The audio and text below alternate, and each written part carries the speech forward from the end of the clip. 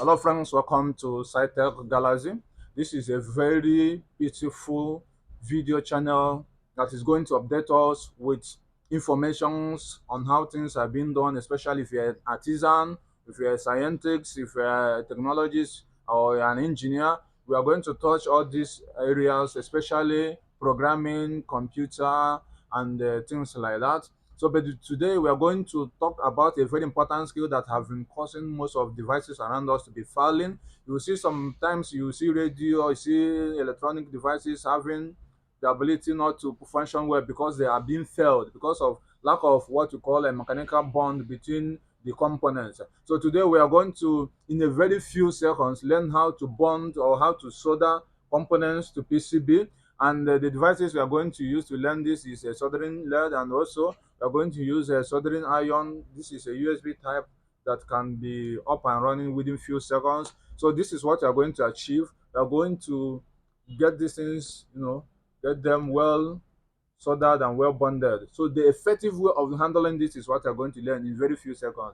So if you have a technical person around you, share and let them know how effectively. Don't say you know how to do it. At least know whether what you are doing it very well. Thank you. So to solder effectively, first of all, you make sure that the soldering iron have come up to a reasonable temperature to make the solder. Now it is good to go. Then the next thing you will do is you make sure that the bit of this soldering iron, you make sure that it's at least neat. You can clean it with either sandpaper, or you can dip it inside soldering wax so that the oxidation on the bit of this thing of this soldering iron will be reduced. So then the next thing, the best and the proper way to solder any electronic component is one, or anything soldering is one. You make sure that the surface is very neat and dry. Then you touch this soldering iron that is hot to this surface to raise the temperature a little bit in few seconds. If you don't do that, the temperature of this board is around room temperature. So by the time you solder this to it, the overall temperature will be reduced. Before you know it, will not, a very good bonding will not be established.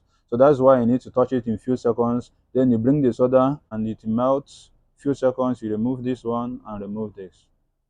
As a recap, you touch this one for a few seconds, you bring the lead to it. By the time the quantity you need is ready, you remove the lead and remove the soldering iron.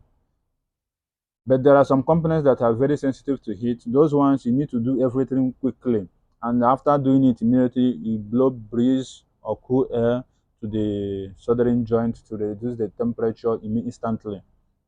So as a recap, how you solder, you bring the soldering iron to that component area. Two of them, you have to touch the two. Then you bring the soldering lead to it, remove the soldering lead, remove the soldering iron, and a very good bond will be established. You see how very shining and how concave it is. So you bring it once, a few seconds, the temperature would have been raised a little bit. You bring this one close to it, and when the quantity need have reached, you remove this and you remove this. So that is how to solder effectively. So under this condition, there is no how this particular bonding will be having issues except under a serious mechanical tension. Maybe you are pulling it beyond its capacity and things like that. So share this to people who knows how to do this, or who are also doing it but are not doing it well, or they can compare how they are doing it, whether they are doing it effectively. So right now you can see there is no how you pull this and it will break instantly. No, it will stand the test of time. Let me see how shiny it is. See how well rounded it surrounds the electronic components.